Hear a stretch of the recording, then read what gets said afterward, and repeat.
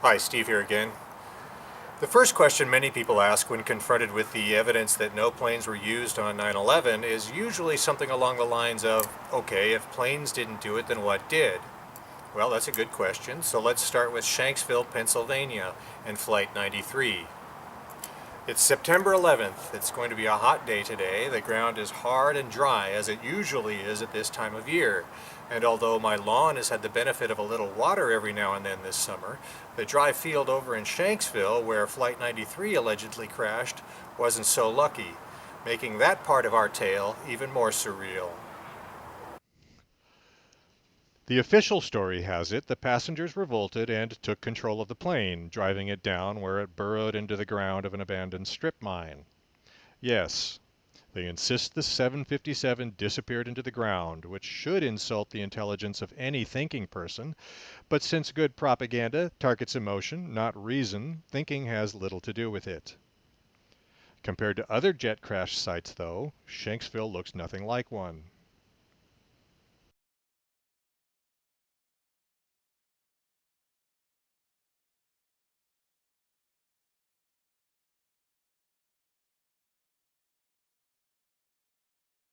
So without evidence, do the authorities arrive at a more realistic explanation for the crater? Not exactly.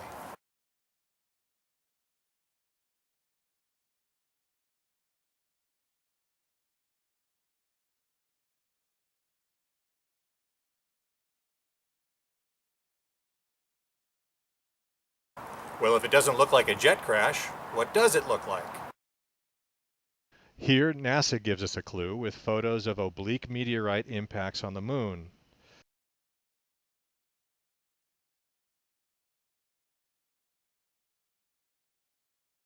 According to this chart, the elongated craters are caused by meteorites striking at trajectories of less than 10 degrees from horizontal.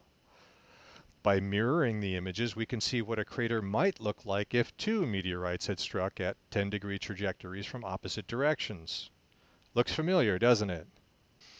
But we're not on the moon, at least some of us anyway, so what other projectile could cause such a gash back here on Earth? So you were, okay. Okay, so I'm coming up here almost to the stop sign, and this, I keep calling it a plane for lack of any other, it came down. I mean, it was like right above my van, and it went right down over my windshield because it was so low that I ducked in my van. And when I did, I shut off my radio. And that's when I knew there was no sound. And I said it out loud. I said it 2 times. Oh my God, it's going to crash. It's going to crash. It cleared those trees. So it, to my knowledge, it just seems to me it had to be below the power lines. Came in, swooped up, cleared those trees. It was fall, so it was full of leaves. No leaves moved on the trees. Nothing fell, because I kept thinking, you know, there should be like a disturbance, and it just smoothly went around. I went right over there, banked to the right, and crashed. Did you see anything like this? Okay, this is that's the Falcon F-20. What that is that's the plane that they say in the official story was circling the area afterwards taking photos.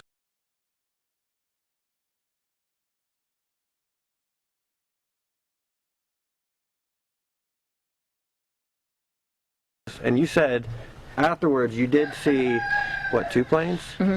And they were real high, and they were just like silver triangles in this, white triangles. Okay, so they were real shiny. They didn't look like this, though. No.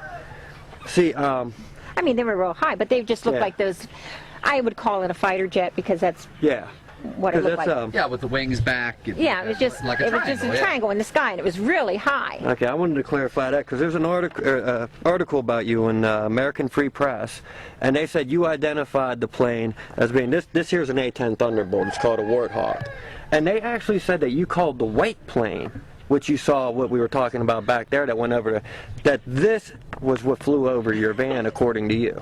No. I just wanted to clarify look how small that area is. I see it. There's no way. This thing's got like a 60-foot wingspan. No. It was no wider than my van. And I mean, I have told that. And I mean, my husband and I went up, we measured it, we sent measurements to people. You know, no, it was not anything like that. Because look, I mean, that's you know, you can see in the picture, like the rivets and everything. There was nothing. This was pure molded white So fiberglass. Definitely wasn't a Thunderbolt. Nope, nothing like that. And definitely wasn't a F-20 Falcon. Nope.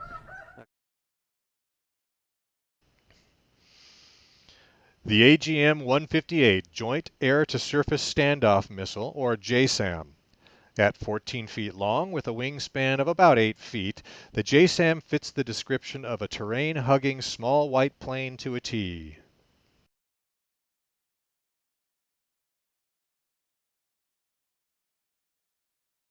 If I had never seen one before and witnessed one fly over my van, I would probably think it was a small white plane too.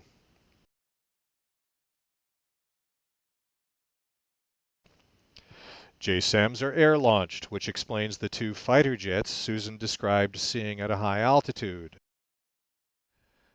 The JSAM is extremely accurate and can be configured with a 900-pound dense metal penetrating warhead which measures 12 by 60 inches. This warhead is designed for punching through hardened targets such as concrete bunkers. Therefore, the hard, dry, rocky soil of Shanksville would be child's play, explaining how the wing gash was made, with the warhead detonation accounting for the crater in the center.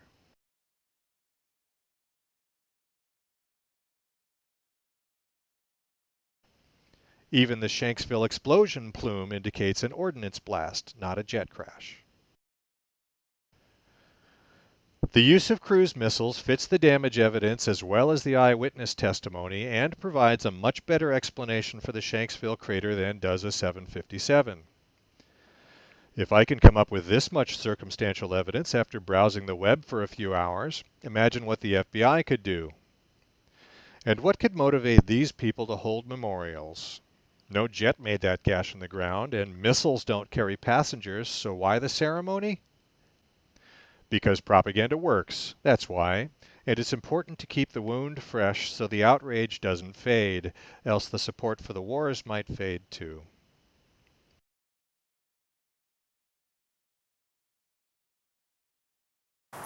What began with Bush is now being continued by Obama, who 4 years ago promised to end the wars and stop the torture, something I'm sure a lot of you would like to forget. Leaders from any political party who shed crocodile tears for the fictional dead deserve ridicule, not respect. Voting has accomplished nothing, as the last 12 years should make abundantly evident. Nothing will change unless we change it. If you sincerely hope for change, you'll find a way to make it happen, but speaking the truth is a good place to start.